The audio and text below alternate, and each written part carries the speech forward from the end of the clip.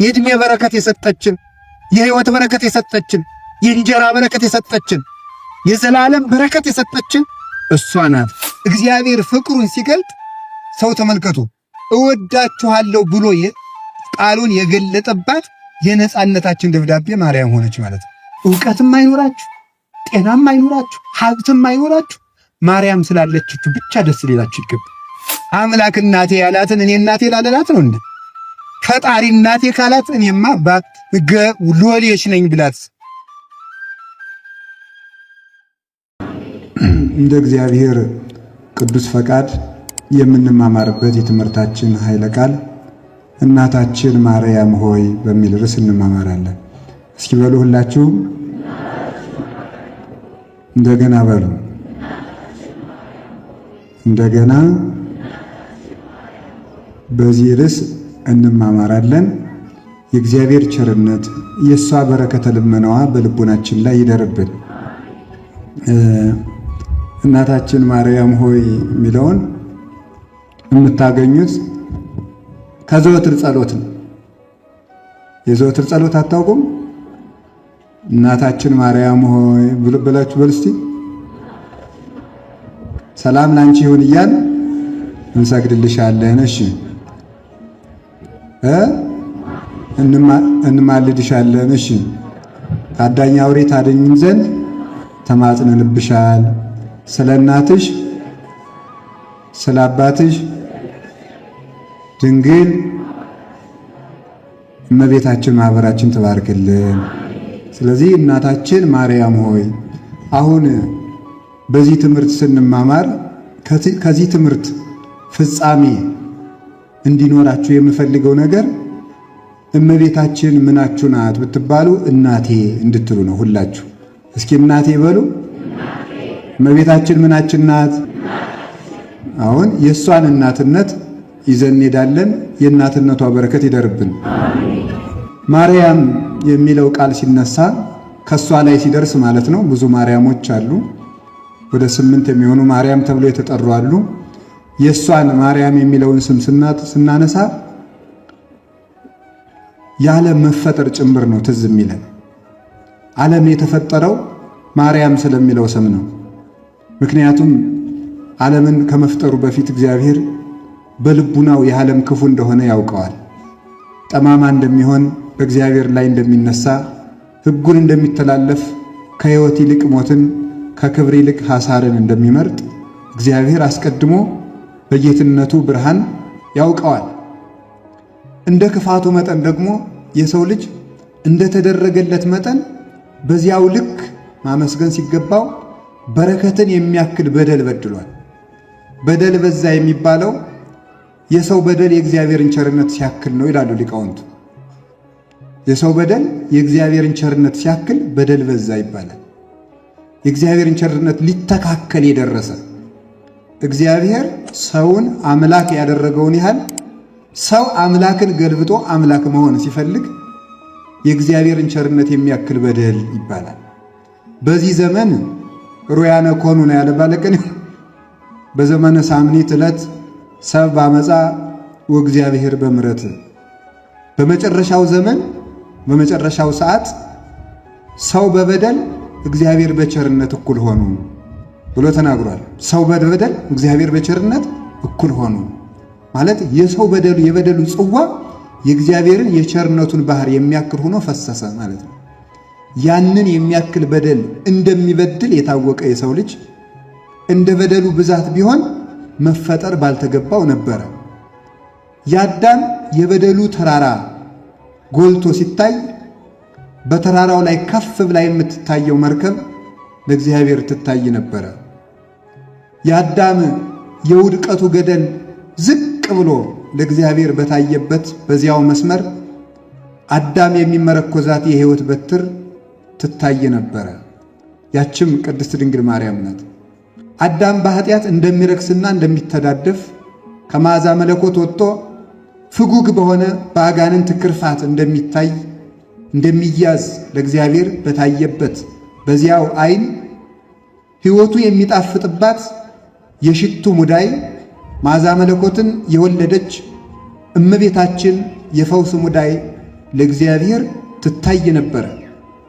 አዳም የብርሃን ልብሱን ከነሚስቱ ተገፎ በግራ አጋንንት እንደሚጠቀጠቅ በታየበት በዚያው ዓይን ከድንግል ማርያም የብርሃን ልብስ እንደሚሸመንና ያንን ልብስም ዓለም መልሶ ለብሶ እንደሚነሳ የሸማኔቱ ጉድጓድ ስራን ከነሰሪው አንድ አድርጋ የምትይዝ እውነተኛይቱ የሸማኔ ጉድጓድ የልብሳችን ቤት የርቃናችን ክዳን እሷ እንደምትሆን በእግዚአብሔር ዓይን አስቀድማ ትታይ ነበር።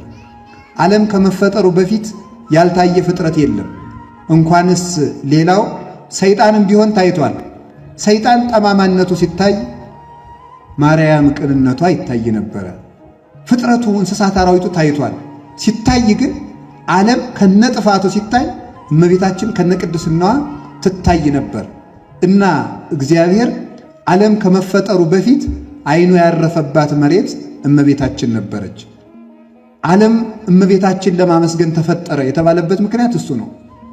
ስንፈጠር እንደምንበድል ካወቀ እግዚአብሔር ስንበድል የሚያነሳን ደግሞ ከድንግል ማርያም ሰው ሆኖ መሆኑን እግዚአብሔር ካወቀ ዓለም የተፈጠረው ማርያም ስላለች ነው ማለት ነው።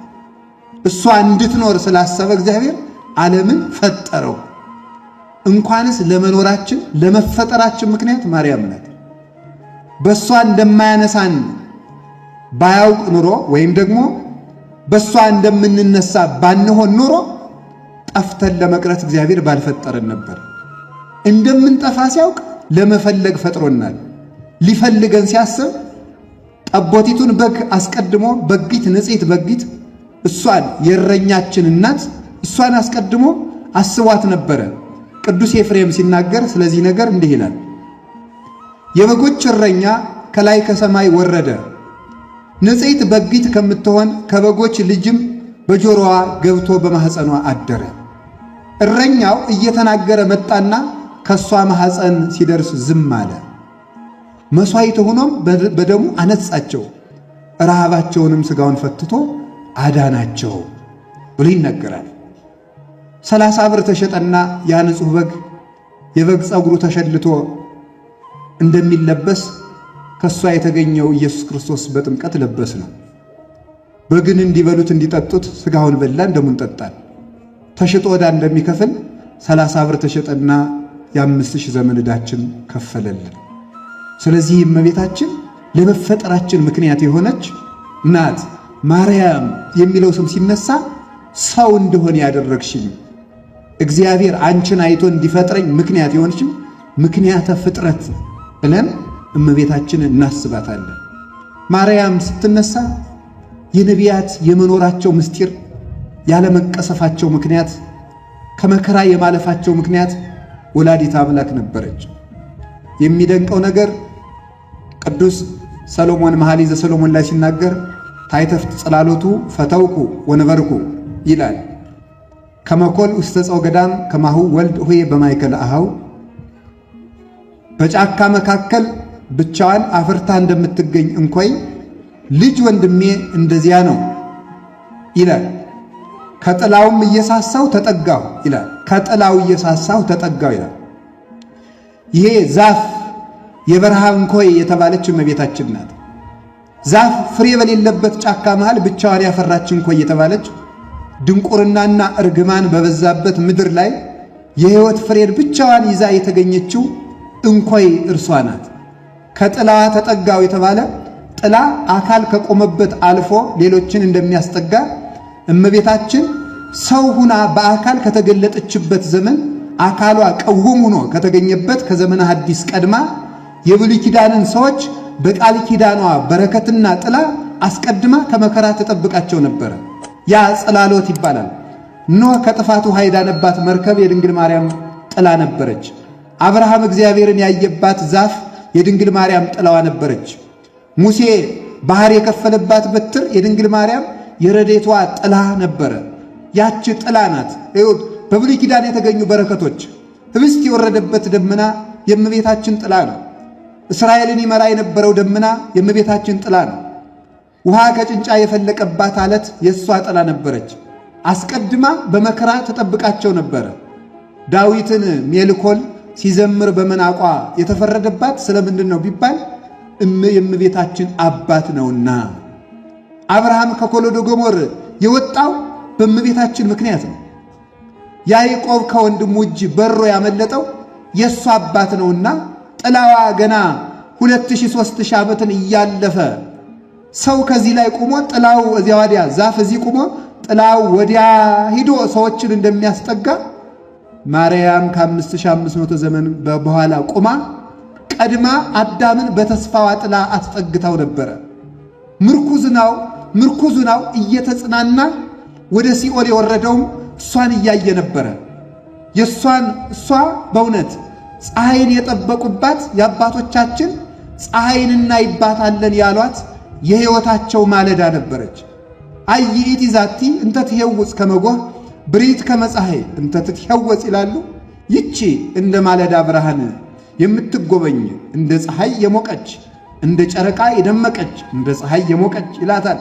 በሀብተ መንፈስ ቅዱስ ሁከተ መንፈስ ቅዱስ የማይለያት የመንፈስ ቅዱስ ሁከት እና ጸጋ የማይለያት እንደ ጨረቃ የደመቀች እንደ ከዋክብት ያበራች ማለት ጸሬተ ሕሊና ጸሬተ ነፍስ ጸሬተ ሥጋ የተሰጣት በውስጥ ፋፋ በነፍስ በሥጋ በቅድስና የተሸለመች የመንፈስ ቅዱስ ሰርገኛ የመንፈስ ቅዱስ ሙሽራ እንጂ የሥጋ ሙሽራ ያይደለች ለአንገቷ ማርዳ ለልብሶቿ ሽቱ የማትሻ ለጆሮዎቿ የጎልማሶችን ቃል የማትፈልግ ከመላእክት ቃል የተነሳ የምትጽናና በዓይኗ መነጽር ያላሻት በመንፈስ ቅዱስ የብርሃን መነጽር ሥላሴን እያየች ለምልማ ጠግባ በመቅደስ ያደገችና የለመለፈች የሕይወት ፍሬን ዘመን በተፈጸመ ጊዜ ለተራብነው ወፎች አፍርታልን የተገኘች በቤተልሔማዊት የሕይወት እንጀራና መሶባችን እውነተኛይቱ ምርኩዝ ቅድስት ድንግል ማርያም በእውነት እሷን ባሰቡ ጊዜ ነቢያት ከምርኩዛቸው ከሞታቸው ይጽናኑ ነበረ።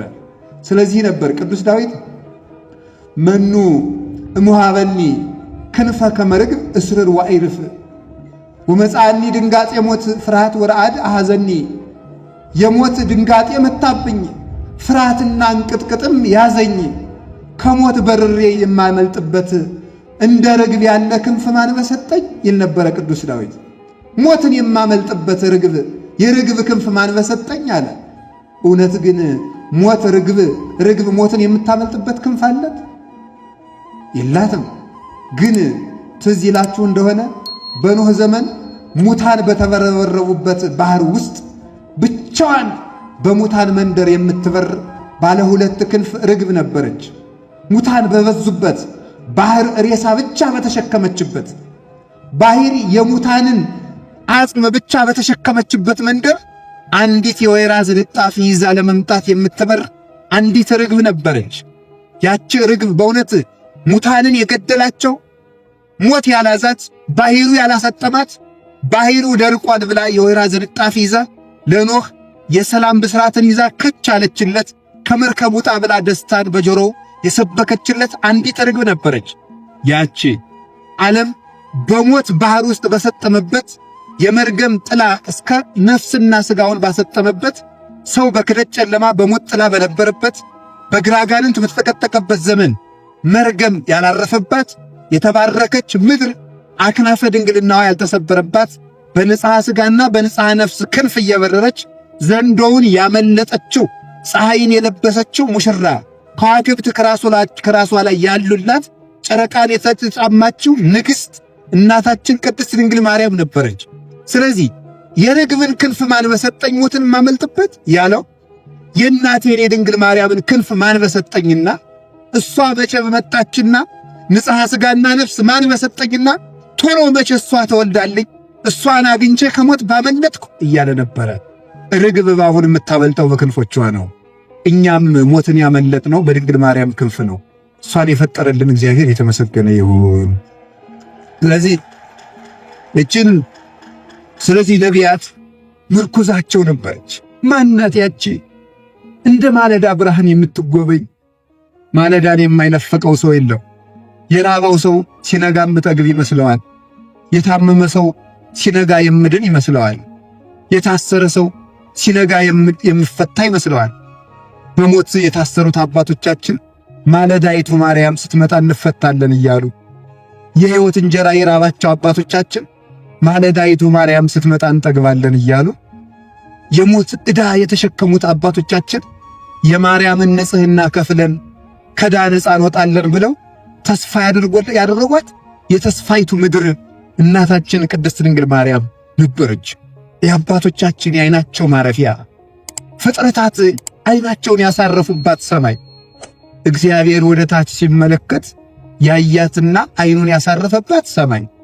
ፍጥረታት ወደ እግዚአብሔር ሲመለከቱ ዓይናቸውን የሚያሳርፉባት ንጽሕት ሰማይ። ፀሐይ ክርስቶስ የተመላለሱባት፣ ከዋክብት ሐዋርያት የተመላለሱባት፣ ጨረቃይቱ ድንግል ማርያም ብርሃንን ከሷ የተቀበለችባት እውነተኛይቱ ሰማይ እናታችን ቅድስት ድንግል ማርያም ናት። ስለዚህ እንዲህ እያልን መጣን። እሷ በቃ ስትታሰበን የሚታሰበን ሃይማኖት ነው፣ የሚታሰበን ሥላሴ ነው፣ የሚታሰበን ሕይወት ነው። እና እመቤታችን ምናችን ናት ከተባለ እናታችን ናት።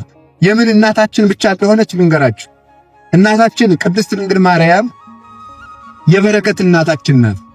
በረከት የሚለው ትዝ ሲላችሁ እንጀራ በበረከት ትዝ እንዳይላችሁ። ሰው መጀመሪያ ሲፈጠር የተሰጠው ሀብት በረከት ነው።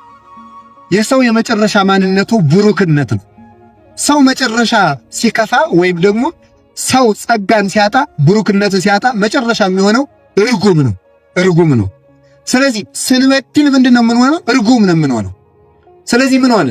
በደል፣ ጠፋን። አስቀድሞ እግዚአብሔር ቡሩክ ነው። ካህኑ ቅዳሴ ሲገባ ሰምታችሁታል። ምን ነው የሚለው? ቡሩክ እግዚአብሔር አብ ኀዜ ኩሉ ዓለም አምላክነ ወቡሩክ ወልዱ ኃይል ኢየሱስ ክርስቶስ መድኃኒነ ወቡሩክ መንፈስ ቅዱስ ጰራቅሊጦስ መጽልዮ መንጽሔ ኩልነ ይላል። ቡሩክ የሚለው እግዚአብሔር ስም ነው። ቡሩክ ማለት እውነተኛ ማንነት፣ የመጨረሻ ፍጹም፣ የመጨረሻ ንጹሕ ማለት ነው።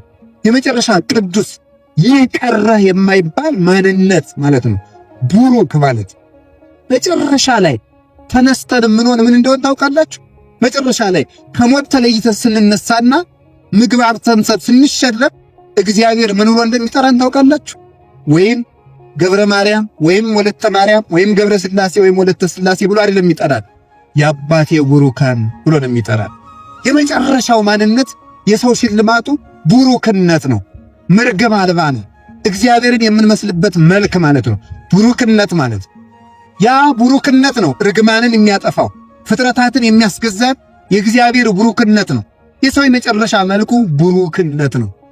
ያን ስንበድል ስለዚህ ምን አለ? ቡሩክ እግዚአብሔርን መምሰል ትታችሁ ርጉም ሰይጣንን መምሰል ካባላችሁ አለና ምን አለ?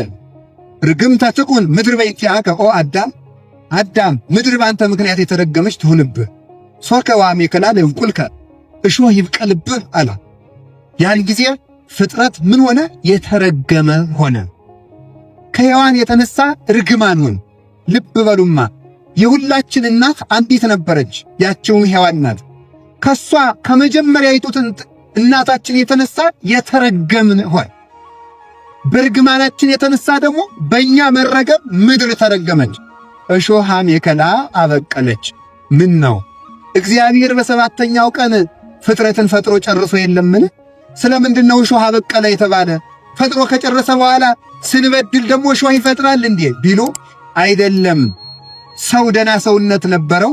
ደና ሰውነት የነበረው ሰው ሲታመም ቁስል ቢያወጣ እግዚአብሔር ቁስልን ፈጠረበት አይባልም። ከሰውነቱ መጎሳቆል የተነሳ ቁስል አወጣ እንጂ። ዛሬ በዛፎች ላይ ያለው እሾህ ከኛ መረገም የተነሳ እጽዋት የቆሰሉት ቁስል ነው። የሰው በደል ዛፎችን ጨምሮ ያቆስላል። ተራራውን ገደሉን ሁሉ ያቆስላል። ዛሬ መሬትም እኮ የቆሰለችው በሷ እኮ ነው። በሙሉ መሬት አልስማማን ያለችው፣ የትም ብንሄድ አልመቸን ያለችው እሷ ናት። ሰው ሲረገም ምድር ይረገማል። አገር የሚባረከው በሰው ነው። ሰው ሲባረክ ደግሞ አገር ይባረካል። በሌላ ለሰሙን ወጥተ ወርደት ብላ ተባለ። ግን መሬት የተባለ የሰው ሕሊና ነው። ይገርማችኋል። መሬት የተረገመ ይሁን የተባለ ሕሊና ይረገም። እሾህ ይብቀልብህ የተባለ በሽታና ኃጢአት ነው። በሽታ ይብቀልብህ። ዛሬ የሁላችሁ በሽታን ያበቀልነው በኃጢአታችን ምክንያት ነው። አሁን በየዘመኑ የበሽታ አይነት ሲበዛ የሰው ርጉምነት ጨምሯል ማለት ነው። እርጉም ከሆን ነው እሾህ እያበቀልን ምን ሄደው። ከቤታችን እሾህ ይበቅላል፣ ከልባችን እሾህ ይበቅላል፣ ከቤተሰብ እሾህ ይበቅላል። እሾህ የሆኑ ልጆች እየተወለዱ ነው። እሾህ የሆኑ ካህናት እየመጡ ነው። እሾህ መነኮሳትም እየመጣን ነው። እሾህ ባለትዳሮችም መጥታችኋል። እሾህ የሆነ ክርስቲያን መጥቷል። እሾህ ጨርሶ ሊቀርቡት እሾህ የሆነ ቢቀርቡት የሚወጋ የሚያደማ ንግግሩ እሾህ፣ ሀብቱ እሾህ፣ ስልጣኑ እሾህ፣ ዕውቀቱ እሾህ፣ ሁለንተናው እሾህ የሆነ ቤት ሲሰራ እሾህ ሌላውን ነቅሎ ሲኖር እሾህ የሆነ ሰው አለ። አያችሁ፣ አንዳንዱ ዛፍ ሊዋጋ ይበቅላል። አንዳንዱ ዛፍ ደግሞ አፍርቶ ሊያበላ ይበቅላል። አዳምና ሔዋን በቀሉና እሾህ በቀሉ። ቅዱስ ያሬድ ደግሞ ሲናገር ድንግል ማርያምን እንተሰረጸት ለሕይወት አለ። ሔዋን በቅላ እሾህ አበቀለችብን። ስለዚህ ያ እርግማን ነበር። እሾህ አይደል ያልኳችሁ? እሱ እየወጋ ነበር እኮ ሲኦል ውስጥ የሚጥለን። እሱ እየወጋ ነበር መቃብር ውስጥ የሚጥለን። ጽድቅ ሰርተን ጽድቃችን ወግቶ የመርገም ጨርቅ የሚያደርግብን ያሾህ ነበረ። ከዚያ የተነሳ ሕይወታችንም ተረገመ፣ ሞታችንም ተረገመ። ከሞት በኋላ ያለውም ሕይወታችን በሙሉ የተረገምን ሆነ። 5000 ዘመን ተጭኖን የነበርነው የመቃብር ድንጋይ ስሙ መርገም ይባላል። አንዲት እንጨት ከአንድ ዛፍ ተቆርጣ ብዙ ከብቶች እንደሚነዱባት ከአንዲት ሔዋን የተቆረጠችው መርገም ፍጥረታትን ሁሉ እየነዳ እረኛ እንደጠፋባቸው በጎች እየነዳ እያስገመገመ ወደ ሲኦል እያወርዳቸው ነበረ። ለዚህ ነበረ አቤቱ ህስሶ ለገብርከ ቅዱስ ዳዊት እባክህ ባሪያህ ጠፍቷልና ፈልገው። ጌታም የጠፉትን ልፈልግ መጥቻለሁ ያለው ስለዚህ ነበረ። ቅዱስ ጴጥሮስም ስብከትን በጀመረ ጊዜ እረኛ እንደሌለው በግ ትቅበዘበዙ ነበርና አሁንም ወደ ነፍሳችሁ እረኛ ተመለሱ አለ።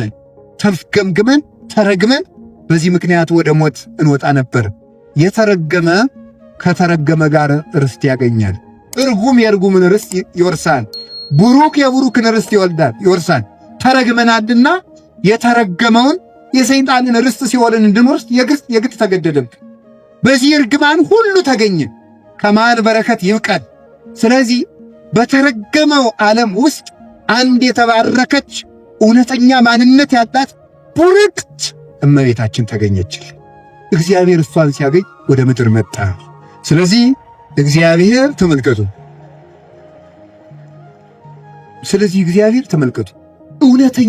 እውነተኛ በረከትን ለመስጠት ሲመጣ ሰው ለመሆን ሰው ፈልጎ ነበር። ድንግል ማርያም ማለት ተመልከቱ፣ ሰውን ሁሉ ወክላ በእግዚአብሔር ፊት የተገኘች የሰው ሁሉ ውክልና የወሰደች የሰው ዘር ናት። የሰው ዘር እንደው ኢሳይያስ ሲናገር ብፁዕ ዘቦ ዘር በጽዮን ይላል።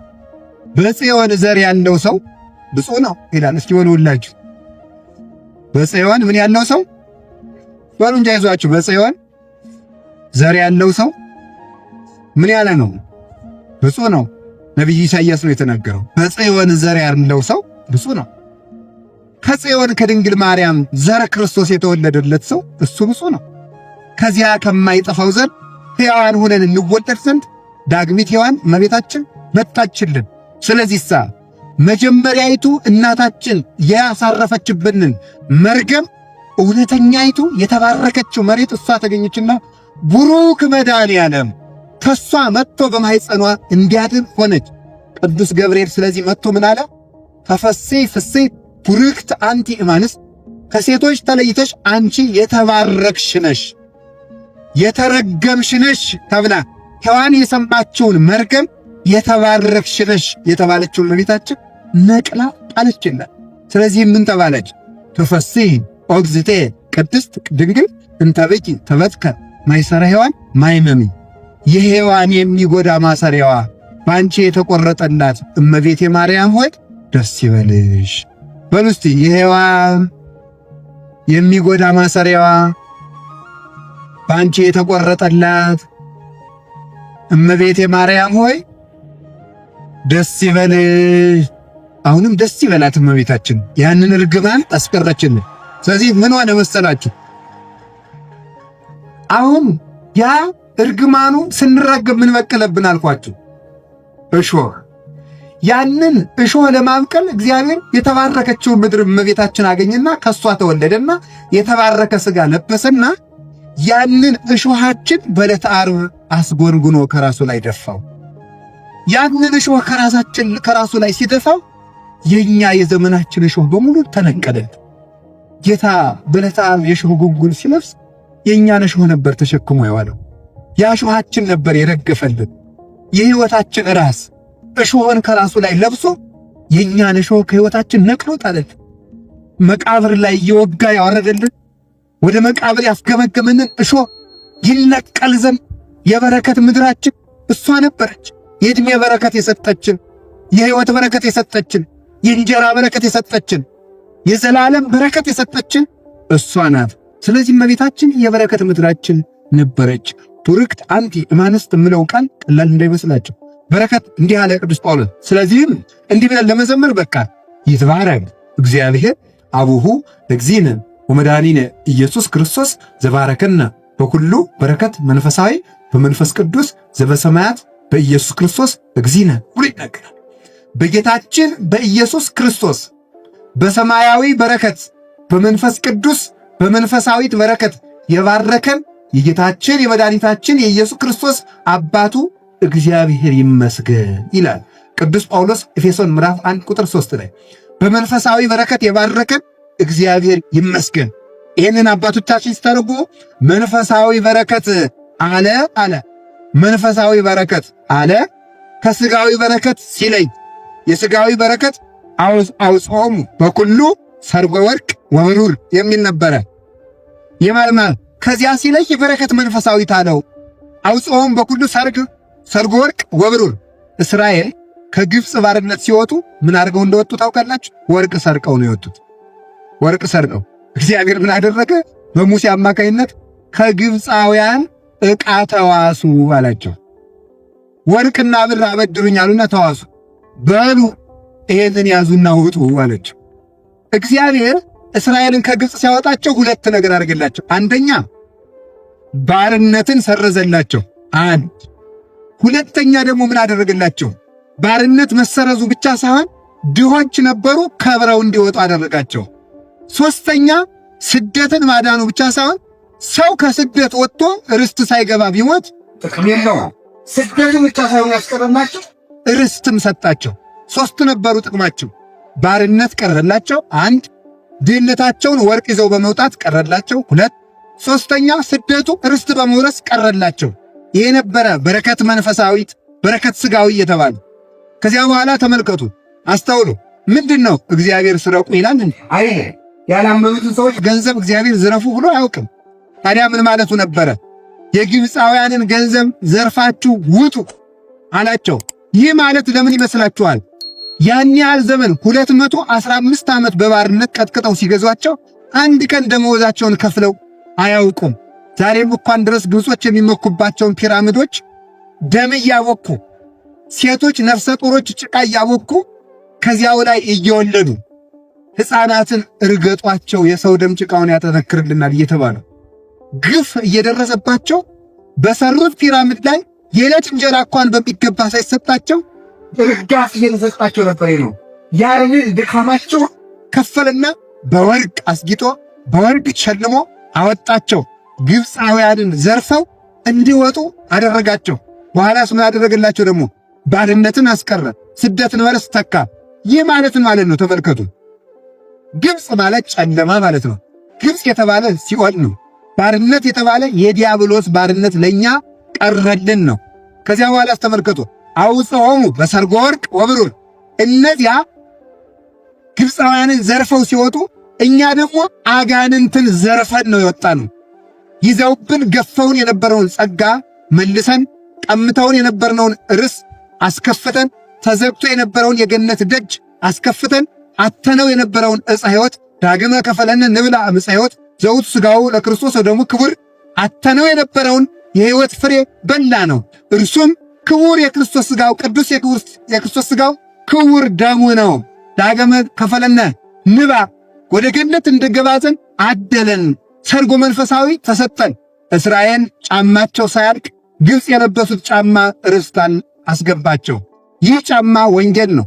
የሰላምን ወንጌል ተጫምታችሁ ቁሙ ብሎ ቅዱስ ጳውሎስ ኤፌሶን 6 ላይ እንደተናገረ ወንጌልን ተጫምተን እንድንወጣ በወርቀ ደሙ እንድንዋጅ በክርስቶስ ስም እንድናጌጥ ጌጣችን እሱ እንዲሆን ከሲኦል እንድንወጣ ርስት መንግሥተ ሰማያትን እንድንወርስ በህብስት ፈንታ ቅዱስ ሥጋውን ክቡር ደሙን እንድንመገብ በሐቅለ ቃዴስ ፈንታ ሐሩረ ገሃነምን እንድንሻገር በመንፈሳዊ በረከት እንድንሸለም ያደረገን በልጅነት ያከበረን ለአባቱ ነገሥታትና ካህናት አድርጎ የመረጠን ለርስቱ የዋጀን እሱ ነው። ለዚህ ሁሉ በረከታችን እመቤታችን ናት።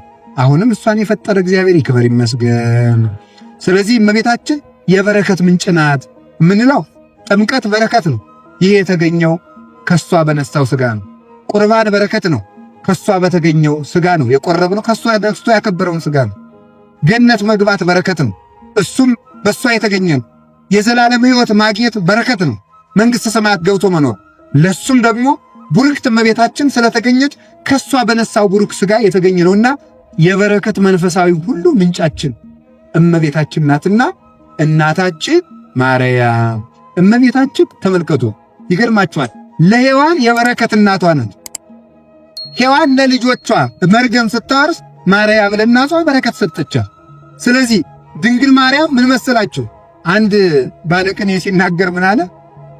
አይ ጌታ አለ ጌታ እንዲህ ብሎ ተናግሮ ነበረ፣ ከውሃና ከመንፈስ ቅዱስ ያልተወለደ ሰው መንግሥተ ሰማያት አይገባም ብሎ ተናግሮ ነበረ። ዳግመኛ ያልተወለደ አይገባም ብሎ ነበረ። ስለዚህ አለ ዳግመኛ የተወለደ አይገባም እንዳለ ልክ እንደ ጥምቀቱ ሔዋንም ማርያም መልሳ በበረከት ካልወለደቻት አትድንም ነበርና ማርያም እናቷን ሔዋንን እንደገና በበረከት ወለደቻት።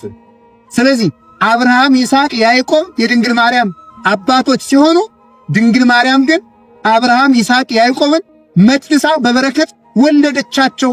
እንዴት ትሉኝ እንደሆነ አብርሃም እያለቀሰለት የሞተለትን ርስት ሳያገኝ ነው የሞተው። ያዕቆብን ይስሐቅ እንዲህ ብሎ ባርኮት ነበረ፣ እምነጠሉ ለሰማይ ወምነስፋ ለምድር ጥቀ ጥቁቀ ተመልከቱ ይኩን በረከተከ ጥቀ ጥቁቀ ተመልከቱ ከመጼና ገዳም ዘባረኮ ለእግዚአብሔር ተመልከቱ ዘባረኮ እግዚአብሔር ጥቀ ጥቁቀ ተመልከቱ ጤና ማዕዛሁ ለወልዴ የልጄ ሽታ እግዚአብሔር እንደባረከው እርሻ ሽታ ያለ ነው። ከሰማይ ጠል ከምድረ ስፋት የልጄ ያዕቆብ በረከት ይሁን ብሎ ሰጥቶት ነበረ። ይስሐቅ ነው የመረቀው። ያ በረከት ወዴት አለ? አባታችን ያዕቆብ እንደሆነ ብትሰሙት ወደ ፈርዖን በወረደ ጊዜ አንተ ሽማግሌ ዕድሜ ስንት ነው ቢለው መዋዕሊየሰ ምዕቱ ወእስራ ዕድሜስ 120 ነበረ። ወማንቱ ሀልቃ በእንባዚ እነሱም በልቅሶ ያለቁ ናቸው። ወእኩያተ ኮናኒ እነዚህ ዕድሜዎችም ክፉ ሆኖብኝ በንባና በልቅሶ በስደት ጨረስኳቸው አለ። ታዲያ እንደዚህ ከሆነ የእግዚአብሔር ቃሉ አይታጠፍምና እግዚአብሔር ለያዕቆብ የገባለት በረከት የተገኘ ትሉኝ እንደሆነ የያዕቆብ ውበቱ የተባለችው እናታችን ቅድስት ድንግል ማርያም ናት። ቅዱስ ዳዊትን ብትሰሙት እንዲህ ይላል፣ ወሐሬነ ሎቱ ለርስቱ ስኖ ዘያዕቆብ ዘአፍቀረ። ወሐሬነ ሎቱ ለርስቱ ስኖ ለያዕቆብ ዘአፍቀረ። የያዕቆብን ውበት የወደደ እግዚአብሔር ለርስቱ መረጠን ይላል። ቅዱስ ዳዊትን ሌላ ጊዜ ብትጠይቁት ነግዶ ፈላሲ አነ ከመ ኩሉ አበውየ ይላል። እንደ ሌሎቹ አባቶቼ ሁሉ ስደተኛ ነኝ ይላል። ስደተኛ ነኝ ካለ በኋላ የያዕቆብን ውበት የወደደ ለርስቱ መረጠን አለ። ያቺ የያዕቆብ ውበት ምንድናት ብለን ደግሞ ቅዱስ ያሬድን የጠየቅነው እንደሆነ ወስኑሰ ለያዕቆብ ይእቲ ሥጋ እንተነሳ መድን። ያቺ የያዕቆብ ውቱ ለርስት ያስመረጠችን አለ። ለስደት የተዳረግነውን ሰዎች ስደተኞች የነበርነው ለዚያውም የነፍስ ስደተኞች። ስደት ቢላችሁ ስደት መሰላችሁ እንዴ? የሥጋ ስደትስ ወይ ተመልሶ ወይ ዘመን አብቅቶ ወይ ዘመን ተስተካክሎ ወይ ያጣ አግኝቶ ወይ ሙት ወይ ይገላገሉታል። የሲኦል ርስት እኮ በዚህ ዘመን እገላገላለሁ የማይሉት ነው። ታዲያ ስደተኛ ነበርን። እንግዲህ ለርስት ያስመረጠችን አንዲት የያዕቆብ ውበት አለች አለ። ያቺ የያዕቆብ ውበት ማናት ብለን አባታችን ቅዱስ ያሬድን ደግሞ ስንጠይቀው የያዕቆብ ውበትማ ክርስቶስ ከድንግል ማርያም የነሳት ሥጋ ናት። ያቺ የማርያም ንጽሕት ሥጋ ነበረች ለርስት ያስመረጠችን። ስለዚህ እመቤታችን ለርስት የተመረጥንባት የቃል ኪዳኒቱ ምድር ነበረች። እግዚአብሔር ለአብርሃም የማለለት እኮ ከነዓን አይደለችም። እግዚአብሔር እኮ ለይስሐቅ ለያዕቆብ የማለላቸው ከነዓን አይደለችም። እሷንማ ዛሬ አሕዛብ ተቀራብተዋት የለምን? ያቺ ቃል ኪዳን ምድርማ ክርስቶስን ሰቅላ እርግማኑ ላይሌነ ተመልከቱ፣ ወላይለ ውሉድነ ተመልከቱ፣ በራሳችን በልጅ ልጆቻችን ላይ ይደር ብለው አይሁድ ተናግረዋል። መርገሙ በላያችን ላይ ይደር ብለው ራሳቸውን ረግመዋል። ታዲያ እግዚአብሔር ለአብርሃም የማለለት፣ ለይስሐቅም የማለለት፣ ለያዕቆብ የማለለት ትውልዱን ለርስት ያስመረጠችው አብርሃም በዘሩ የተባረከባት ንጽሕት ዘር እናታችን ቅድስት ድንግል ማርያም ናት። እሷን ከመርገም ለይቶ ንጹሕ ዘር አትርፎ የሰው ዘርን ሁሉ በአንዲቱ ዘር የዋጀ ሕያው መድኃኔዓለም እግዚአብሔር ስሙ የተመሰገነ ይሁን። ስለዚህ እመቤታችን ለበረከት የተመረጥንባት የበረከት እናታችን፣ ለአባቶቿ እናት የሆነች ልጅ። በገጠር እናቶቻችን ምን ይላሉ? ልጆቻቸው ሰርተው ከድህነት ሲታደጓቸው በረሃብ ዘመን ልጃቸው እንጀራ ዞላቸው ሲያመጣላቸው የወለዱት ይወልዳል ይላል። እስኪ የወለዱት ምን ይላል? ይወልዳል። ክርስቶስ የዳዊት ልጅ አይደለም ነው በሉ እንጂ ክርስቶስ የአብርሃም ልጅ አይደለም?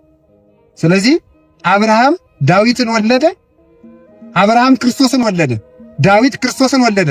ክርስቶስ አብርሃምና ዳዊትን ከጥምቀት ወለዳቸው ማለት ነው። ከገቦ ማኅፀን ወለዳቸው። የወለዱት ይወልዳል። ጠቢብ ልጅ ቢወልዱ አባቱን በገነት ያሳርፈዋል። ጠቢብ ልጅ እናቱን ያሳርፋል። ሰነፍ ልጅ ደግሞ እናቱን እንዳሳዘነ ይኖራል ይላል። እንዳሳዘነ ይኖራል። ልጅ መዳኛ ነው። ልጅ ሰርቶ የሚያበላ ነግዶ የሚያተርፍ ብቻ ሳይሆን ጧሪ ብቻ ሳይሆን ልጅ የነፍስ መዳኛም ጭምር ነው። ማርያም ብትወለድ አይደለ እናቲቱ ሔዋን የከበረችው? ስለዚያ ነው። ስለዚህ እመቤታችን የእናቷ እናት የአባቷም እናት ነው። በዚህ የሚደንቃችሁ ካላችሁ እንኳን የ175 ዓመቱ የአብርሃም የማን የ969 ዓመቱ የማቱሳላም እናት ናት። እንኳን የእሱ እናት የ930 የአዳምም እናት ናት። እንኳን የነሱ እናት የብሉየ መዋዕል አብላየ ዘመናት ዘመናትን አስረጅቶ የሚኖረው የዘመናት ባለቤት የቀዳማዊ ቃል የእግዚአብሔር እናትም ናት። ለኛ ሕጹራነ መዋዕል ለምንሆን ዘመናት ጭሮች ለምንሆን ለኛ እናት ብትሆንን ብርቅና ድንቅ አይደለም። ለቀዳማዊ ቃል እናቱ ሆና ተገኝታለችና በዚህ ምክንያት እመቤታችን የበረከት ምንጫችን ናት። በሷ በረከትን ስላገኘን አሁንም ደግመን በማህሌት ሁል ጊዜ የምትባል አንዲት ቃል አለች። ማህሌት ሲጀመር ስቡ ወውዱ ዘሳረ ኩሉ ዓለመ በአሐቲ ቃል ይባላል። በአንድ ቃል ለይኩን ብሎ ዓለምን የፈጠረ ስቡ እግዚአብሔር የተመሰገነ ይሁን። ማታ ማህሌት ሲጀመር እንዲህ ነው የሚባለው፣ ስቡ ወውዱስ ከቃሉ ጋር ስቡ ወውዱስ ዘሳረ ኩሉ ዓለመ በአሐቲ ቃል፣ ዓለምን በአንድ ቃል የፈጠረ እግዚአብሔር ይመስገን ከተባለ በኋላ ነግስ የሚባል አለ። እሱ ከተባለ በኋላ መጨረሻ ላይ አንዲት ማትቀረከላል። ነግሱ ይለዋወጣል። እንደ በዓሉ እንደ አርኬ ነው፣ እንደ ግጥም አይነት ሆኖ ቅዱሳን የሚመሰገኑበት ነው። መላእክት፣ ነቢያት፣ ሐዋርያት። መሀል ላይ የዕለቱ መልክ ከመጀመሩ በፊት ነግሱ እንደየበዓሉ ይለዋወጣል። አንዲት ግን ሁልጊዜ የማትለወጥ ቃል አለች። ዘመንክር ጣዕሙ ትባላለች። ሊቃውንቱ በጣም ነው የሚወዷት።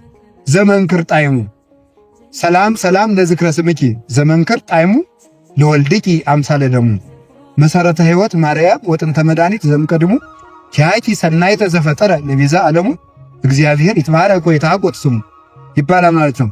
ሰላም ለዝክረ ስምኪ ዘመንክር ጣዕሙ ለወልድኪ አምሳለ ደሙ። እንደ ልጅሽ ደም ለሚጣፍጠው እንደ ልጅሽ ደም ሲጠራ እኮ ነው ማርያም ሲል ነው እንዲሁ ዝም ብሎ የሚጣፍጠው ማለት። ግን ይሄ ለማን ይጣፍጣል? ይሄን ጣዕም የሚያውቅ ልብ ይስጠን በእውነቱ ማለት ነው። ይሄ በእንዲህ ያለ ምላስ የሚቀመስ በሚቅለበለብ ምላስ የሚቀመስ ጣዕም አይደል። የማርያም ስም ለእግዚአብሔር የጣፈጠ ስም ነው በእውነቱ ማለት ነው። ለእግዚአብሔር የጣፈጠው ስም ፍቅረ መኑ ተመልከቱ። አሁን እንደው አባት ጌደን ግን ለመሆኑ እግዚአብሔርን ያወረደው ውበት ማን ነው የሚለው እና ማርያም የሚለው ስም እንደ ልጅሽ ደም ለሚጣፍጠው ለወልድኪ አምሳለ ደሙ ስምሽ ምስጋና ይገባል። መሰረተ ሕይወት ማርያም ወጥንተ መድኃኒት ዘምቀድሙ።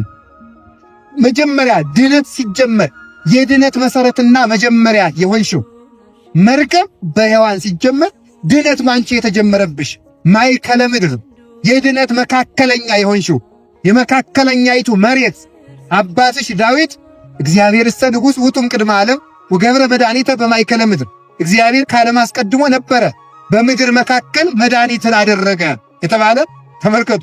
ወገብረ መድኃኒተ በማእከለ ከርሳ ለድንግል ይላል ቅዱስ ያሬድ በዝማሬው። ዳዊት በመሬት መካከል እግዚአብሔር መድኃኒትን አደረገ ቢለው ቅዱስ ያሬድ መጣና የመሬት መካከል ቢሏችሁ ሌላ መሰለቻችሁ እንዴ? የመሬት መካከል የተባለ የማርያም ማኅፀን ነው አለ። በሷ መካከል ድነት የተደረገብሽ የድነት መወጠኛ ማርያም ሆይ ኪያኪ ሰናይተ ዘፈጠረ ለቤዛ ዓለሙ፣ መልካሚቱን አንቺን ለዓለም ቤዛ አድርጎ የፈጠረ እግዚአብሔር ይትባረክ ወይትሐጎት ስሙ፣ ልዑል እግዚአብሔር ስሙ የተመሰገነ ይሁን ብለው ይህን አመስግነው አባቶቻችን ወደ ማህሌት ይሄዳሉ። ስለዚህ እመቤታችን የምን እናታችሁ ናት ከተባላችሁ የበረከት እናታችን። እስኪ በሉላችሁ በሉ እንጂ አይዟችሁ። እንዲህ ያለች እናት ስላለቻችሁ ደስ ይበላችሁ ሁላችሁም። እመቤቴን ከልቤ ነው። ሌላ ምንም አይኖራችሁ። ሌላ ምንም እንደው በእውነት እንደው ሹመትም አይኖራችሁ፣ ዕውቀትም አይኖራችሁ፣ ጤናም አይኖራችሁ፣ ሀብትም አይኖራችሁ። ማርያም ስላለችችሁ ብቻ ደስ ሊላችሁ ይገባል። እሷ ስላለችን ይበቃናል። ምንም ነገር እውነት እንዲህ አለ ቅዱስ ቄርሎስ የአክል ሃይማኖት ዘአልወ ጥልቀት ወእምነት በቅድስት ድንግል ከመ ይእቲ ወላዲተ አምላክ። ዘአልወ ጥልቀት ጥርጥር የሌለበት ሃይማኖት ለምንም ነገር ይበቃል። ማርያም ወላዲተ አምላክም ናት ብሎ ማመን ለሁሉም ነገር ይበቃል። ለልብስ ይበቃል፣ ክርስቶስን እንለብሳለን። ለምግብ ይበቃል፣ የሕይወት እንጀራ ልጇን እንበላለን። ለሁሉን ይበቃል። ለጥበቃ ይበቃናል። መልካም እረኛ ልጅ አላትና በሷ ይጠብቀን። ስለዚህ ምንም የሚጎልብን ነገር የለም። ሰው ማርያምን ከወደደ የሚያጣው ነገር የለም። እመለመን ያለብን የእናትህን ፍቅር ጨምርልን ብለን መጸለይ ካለብን እሷን በኃጢአት የመረረው ሕይወታችን ራሱ ሊጣፍጥ እንድችለው ጥይምተ ስም ማርያም በልቡናችን ያደረች እንደሆነ ነው። እሷ ስታድርብን መራራው ንቅል እያለ ይጠፋል። መራራውን ሕይወታችን መራራውን ኃጢአታችን በእናቱ በጣፈጠው ስሟ ነቅሎ ይጣልልን መድኃኒዓለም። እሱን ነው የሚሆንልን። ስለዚህ የበረከት ምንጫችን የምን እናታችን ናት በሉ እንጂ። ሌላው እመቤታችን የደስታ እናታችን ናት። እስኪ የደስታ እናታችን ወር አዎ። ስለዚህ አሁን ያዘናችሁ ሁሉ ሐዘናችሁን የምትሸርላችሁ እመቤታችን ናት። በደንብ ይሄ ከነገረ ድህነት ጋር እያያዛችሁ ስሙ በደንብ አድርጋችሁ። ሰው መጀመሪያ ከበደለ በኋላ ምኑን የተባለ እርጉም። እስኪ እርጉም በሉ። እርጉም ነበረ። ቡሩክት የምትለው እመቤታችን መጣችና ቡሩክ መድኃኒዓለምን ወለደችልን ማለት ነው። ቡሩክ መድኃኒዓለም እዚያ እርግማን ጠፋ። ከዛ እርጉም ሆነ ከተባለ በኋላ ምንድን የተባለ ሐዘን ነው የተነገረው። የሰው ልጅ ለሔዋን የተነገራት ምንድን ነው ያለው? በሕማም ለዲኪ ወወሊደኪ ይኩን ምግባይኪ ሀበ ምትኪ፣ በጭንቅ በምጥ በስቃይ ውለጂ ብሎ ሔዋን ሐዘንን በጆሮዋ ሰማች። በጭንቅ ውለጅ፣ ባልሽ ይግዛሽ። ሔዋንን ሰይጣን እንዲህ ብሏት ነበር አይደል? ሔዋን አላት አቤት፣ እግዚአብሔር እኮ አንቺን አሳንሶ ፈጥሮሻል። ተመልከቱ፣ ክፉ ሰውና ሰይጣን ሰውንና አንድነትን ለመበተን ሲፈልጉ የመብት ተቆርቋሪ ሆነው ነው የሚመጡ። ታውቃላችሁ አይደለም? ስለዚህ አሁን ብዙ ሰዎች አጥፊነታቸው የማይታወቅባቸው ለመብታችሁ ቆሜያለሁ ብለው ስለሚመጡ ነው። ሰይጣን አዳምና ሔዋን ተንኮሉን ያላወቁበት ለመብታችሁ ቆሜላችኋለሁ ስላለ፣ ዛሬም እኮ ለመብታችን የቆሙ እየመሰሉ አገር የሚያምሱ ብዙ ሰይጣኖች አሉ። ልታውቁባቸው ይገባል። ሰይጣን ምን እንዳለ ታውቃላችሁ? እግዚአብሔር ለምን አምላክ አላደረጋችሁም፣ ለምን አንድ እንጨት አልበላችሁም ብሎ ለጥቅም የተከለከለው ሁሉ ለክፉ የተከለከለ አስመስሎ ዛሬም ቢሆን ለምን የቀረባችሁ እያሉ የቀረብን የመሰለንን ነገር እየጠቀሱ ኢትዮጵያን እርስ በርስ አናክሰው የሚጨርሷችን አጋንንት በሙሉ እግዚአብሔር ያበርዳቸው። እነዚህ አጋንንት ናቸው በእውነቱ ለጥቅም የመጡ እና ምን አለ መሰላችሁ? ሔዋን አቤት፣ እግዚአብሔር እኮ አንቺን አሳንሶ ፈጥሮሻል። አሳንሶ ነው የፈጠረሽ፣ ምክንያቱም ኋላ ላይ የፈጠረሽ። ስለዚህ አንቺ አንሰሻል። ቆይ ከአዳምና ከሔዋን ማን ቀድሞ ተፈጠረ? ምእመናን አቤት አቤት፣ ማን ነው እንዲህ ብሎ የነገራችሁ? ይኸውላችሁ ያልተማራችሁትን አትናገሩ። እውነቴን ነው።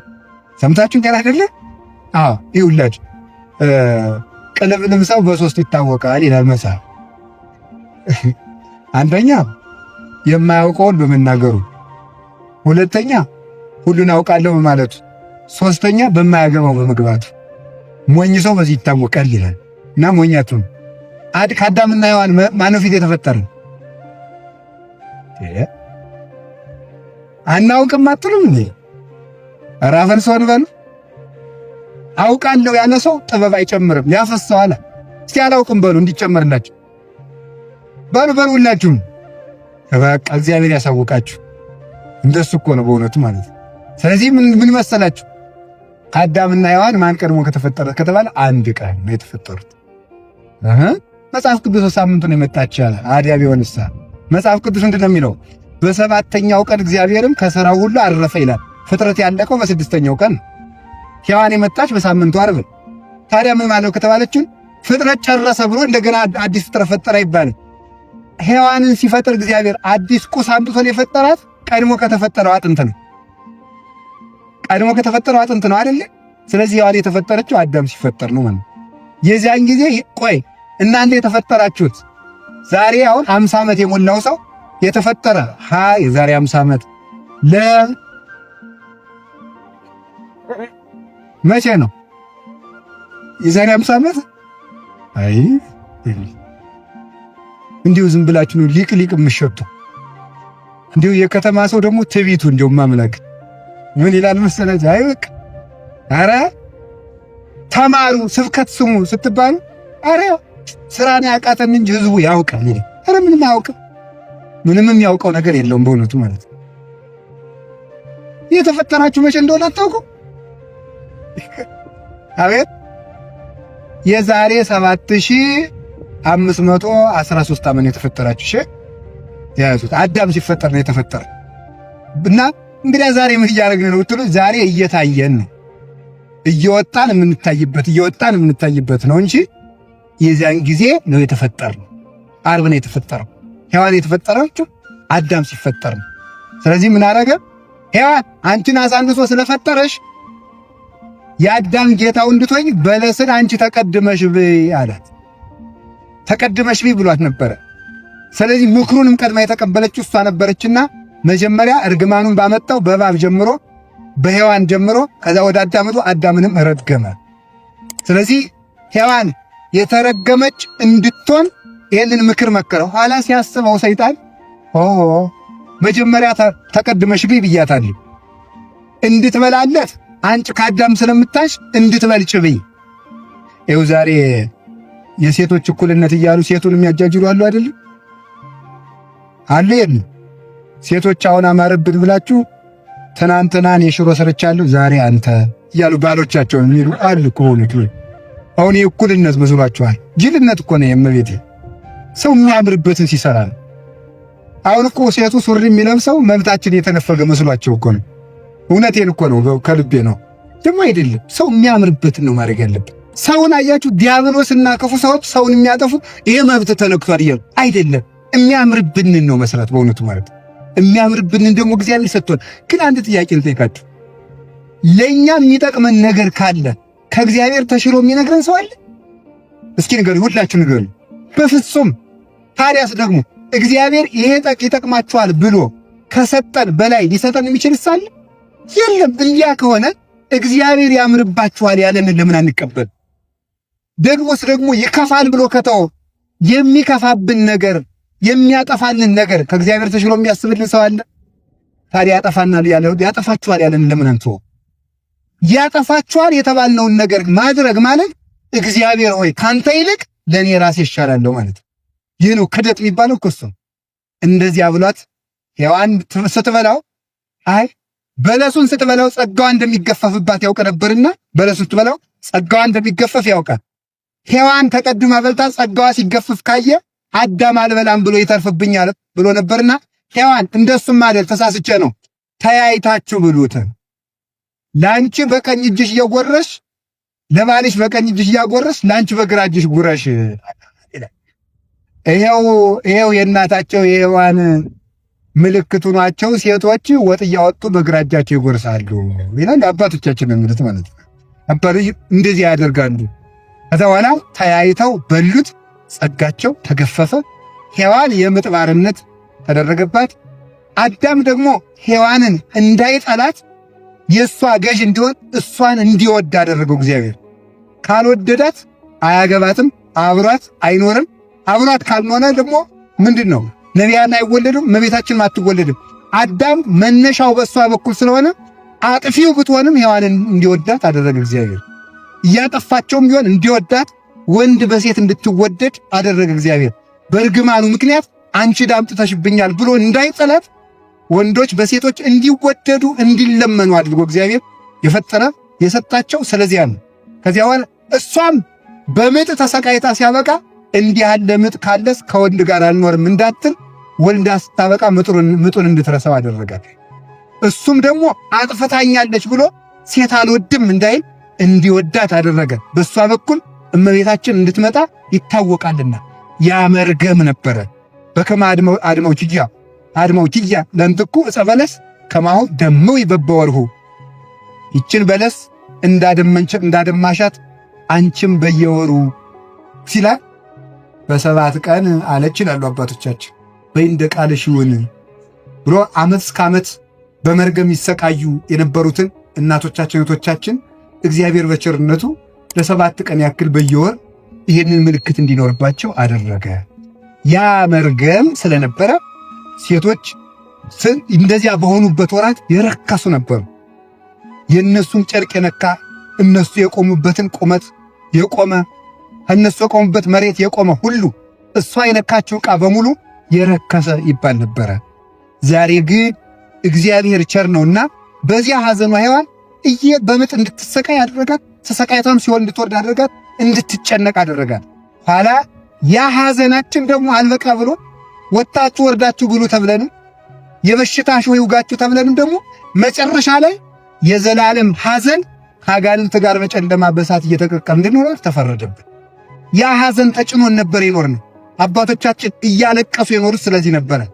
ያ ሐዘናችን መቼ ተሻረ ትሉኝ እንደሆነ ተፈሥሒ ፍሥሕት ኦ ምልዕተ ጸጋ፣ ደስተኛይቱ ሆይ ደስ ይበልሽ የሚለው በዚያ በሔዋን ተክዘሽ ውለጅ ተብሎ በተንቆረቆረበት ጆሮ ደስ ይበላቸው የሚል ተንቆረቆረልን። ያ ደስታ ነው ዛሬ ለእኛ ተርፎን እልል የምንለው የምናስቀድሰው የምንቆርበው ለዘላለም ደስተኞች ነን። ስለዚህ ጌታ ምን አለ ተመልከቱ። ወለፍሥሓክሙኒ አልቦ ዘይሃይደክሙ አለ። ደስታችሁን የሚወስድባችሁ የለም አለ ጌታ የጸሎተ ሐሙስ ዕለት ሲያስተምር። ማቴዎስ ዮሐንስ ወንጌል ምዕራፍ 16 ላይ ሲያስተምር ደስታችሁን የሚወስድባችሁ የለም። ቀድሞ ያጣናት ነገር ደስታ ነበረች። ያችም የልብ ደስታ ናት፣ ዘላለማዊ ደስታ። ደስታ በሐዘን ተተክቶ ሐዘን በደስታ ተተክቶ ሐዘን ወርሶን እንኖር ነበርና ያውም የማይቋረጥ ሐዘን። ስለዚህ ፍስሐ ኩሉ ዓለም ኢየሱስ ክርስቶስ ፍሥሕት ከምትሆን ከቅድስት ድንግል ማርያም በመወለዱ ምክንያት ሐዘናችን የተነቀለው በዚያ ነው። ስለዚህ የእባቡ መርዝ በገባበት ጆሮ የመልአኩ ብስራት ገባበት። ሐዘን በገባበት ጆሮ ደስታ ገባበት። ዘላለማዊ ጭንቅ በገባበት ጆሮ ዘላለማዊ ፍስሐ ፈሰሰበት ብለው አባቶቻችን። ስለዚህ እመቤታችን ምን ትባላለች? የደስታ መፍሰሻ ትባላለች። እስኪ በሉ ሁላችሁ የምን መፍሰሻ ናት? የደስታ መፍሰሻ።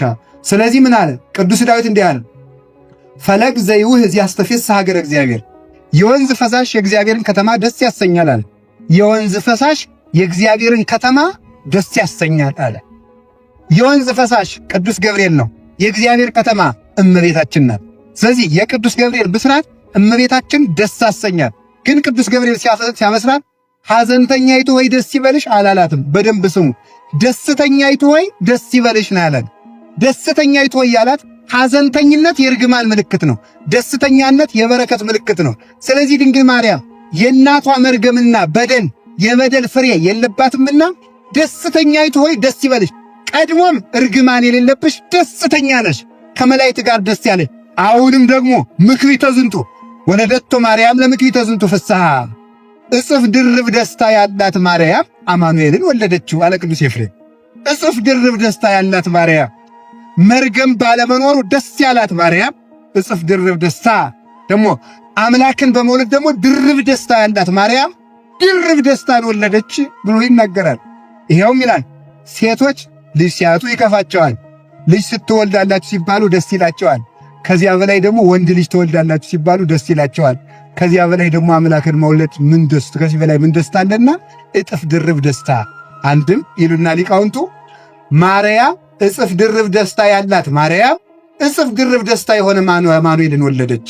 ተብሎ ይነገራል። እሱ መጣና እንግዲህ ወዲያ በእኔ ካመናችሁ ደስታ አይቋረጥባችሁም። በእሷ ጆሮ የፈሰሰው ታያችሁ። ቅዱስ ዳዊት ማለት መዝሙር 5 ላይ ወንዝ አለ፣ የወንዝ ፈሳሽ አለ። ለምን ኩሬ አላለውም? ለምን ተጠራቅሞ የተቀመጠው አላለውም? ከድንግል ማርያም ቅዱስ ገብርኤል በጆሮዋ የነገራት ደስታ ነው ለሁላችን የሚደርሰውና ወንዝ አለው። ያዘኑት ሐዋርያት በመከራ ያዘኑት አያችሁት። ያን ደስታ መቼ ሲንቆረቆር ላሳያችሁ። የሐዋርያት ሥራ ምዕራፍ 5 ላይ ሸገር በሉና ሐዋርያት ሲደበደቡ፣ ሲገረፉ፣ ሲሰቃዩ ቆዩና ሲወጡ ምን እያሉ ወጡ ብለን ብንጠይቀው ባለመድኃኒቱ ሉቃስ ወወፁ እንዘ ይትፌስሑ እስመ ከፈሎሙ ጸጋ መንፈስ ቅዱስ አድሏቸዋልና ሲገረፉ ቆይተው ሲወጡ አለ። ተመልከቱ፣ ደስ እያላቸው ወጡ። ስለዚህ ተመልከቱ፣ በግርፋት መካከል ከራሜ ወይን እንደጠጣ ሰው ፊትን በደስታ የሚያበራ ደስታ የተገኘው ከድንግል ማርያም ጆሮ ነው። መልአክን ሰምታ ደስታን የሰጠችን እመቤታችን ክብር ምስጋና ይግባ። ናዛዚትነ እምኀዘን ወኃይለ ውርዙትነ እምርሳን በማኅፀንኪ ተጸውረ ብሉየ መዋዕል ሕፃን ኦ ማርያም ተስፋ ለቅቡፃን በጊዜ ጸሎት ወጣን ወበጊዜ ቅዱስ ቁርባን ለናዝዞት ነንይ ሀበዝ መካን ይሏታል አባቶቻችን። በቅዳሴ ጊዜ ወደ ቁርባን ሲወርዱ ናዛዚትነ እምኀዘን ኃይለ ውርዙትነ እምርሳን፣ ናዛዚትነ እምኀዘን ከሐዘን የምታረጋጀን፣ ኃይለ ውርዙትነ እምርሳን ከርጅና የምታድሽን፣ ያረጀውን ሰውነታችን 5000 ዓመት አርጅቶ የነበረውን ሰውነታችን ትንሣኤ ክርስቶስን ወልደሽ ያደስችልን፣ ኃይለ ውርዙትነ እምርሳን በማኅፀንኪ ተጸውረ ብሉየ መዋዕል ሕፃን በማኅፀንሽ የዕድሜ ብሉየ መዋዕል ቀዳማዊ በዘመናት የሸመገለ ተብሎ የተነገረለት ቀዳማዊ አምላክ በማኅፀንሽ ተወስኗልና ኦ ማርያም ተስፋ ለቅቡፃን ያዘኑትን የምታረጋጊያቸው ማርያም በጊዜ ጸሎት ወዕጣን ወበጊዜ ቅዱስ ቁርባን ለናዝዞትነ ነንይ ሀበዝ መካን አዝነን ተጨንቀን ተክዘን ተቸግረን ዕጣኑን ጸሎቱን ስናቀርብ ወበጊዜ ቅዱስ ቁርባን በጊዜ ቅዱስ በቁርባንም ጊዜ እንድታጽናኝን ወደኛ ነይልን ይላሉ።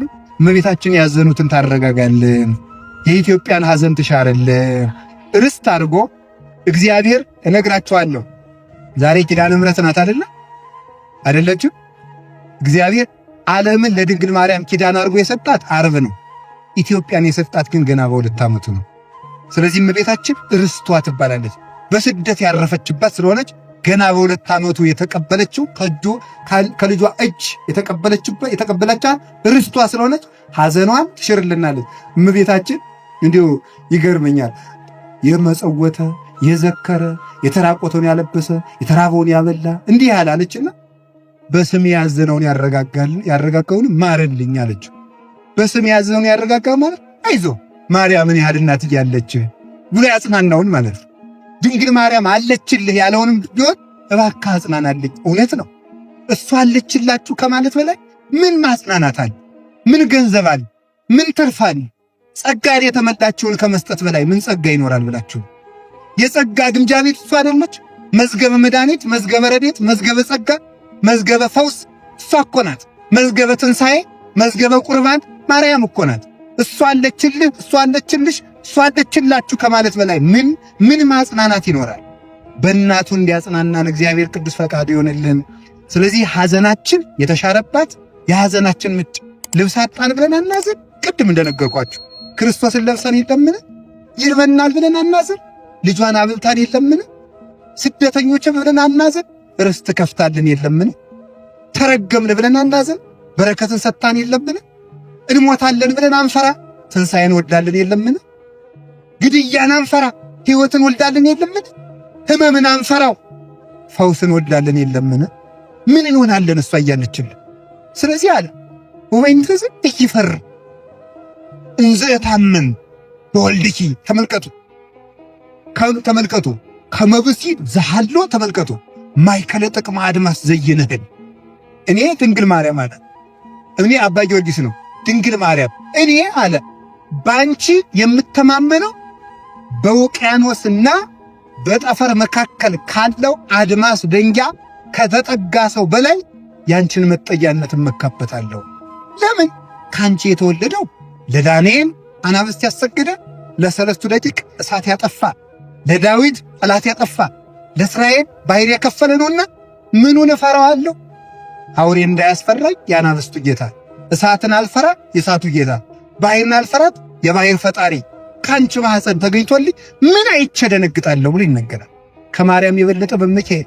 ስለዚህ አለ ሰማይ መጅ ቢሆን ምድር ወፍጮ ብትሆን መካከል ላይ አጣብቀው ቢፈጩኝ አንቺ ካለሽልኝ ምንም አልሆንም። እንደ ኖህ ዘመን የሰማይ መስኮት ተከፍቶ የነፈር ውሃ ቢብዘን መሬትም የፈላ ውሃ ብታወጣ አንቺ መርከብ ከሆንሽኝ ይሻገረዋለሁ ብሎ ይነገራል። ስለዚህ እመቤታችን የሐዘናችን ሰዓሪት ናትና የሁላችሁንም ሐዘን ቆርጣ ትጣልላችሁ። በእውነትም ትጥልልናለች። አይዟችሁ እንኳን የ20 ዓመት የ30 ዓመት የ40 ዓመት የ50 ዓመት የ70 ዓመት የዘላለም ሐዘን ሽራልናለች። ደስታን ስለወለደችልን እኮ ነው። ሌላ ምንም አይደለም። ቅዱስ ጳውሎስ ምን አለ? ደግሜ እላችኋለሁ በክርስቶስ ደስ ይበላችሁ። አሁንም ደግሜ እላችኋለሁ በክርስቶስ ደስ ይበላችኋል። ሁሉ ያልቃል፣ የማያልቅ አምላክ ክርስቶስን ሰጥታልናል። ስለዚህ የደስታ እናታችን ናት። እመቤታችን እያሰባችሁ ደስ ይበላችሁ። የእሷ ፍቅር በልቡናችን ይደርብ። ከቃሉ ጋር ናችሁ? ከቃሉ ጋር ናችሁ? እግዚአብሔር ከሁላችን ጋር ይሁን።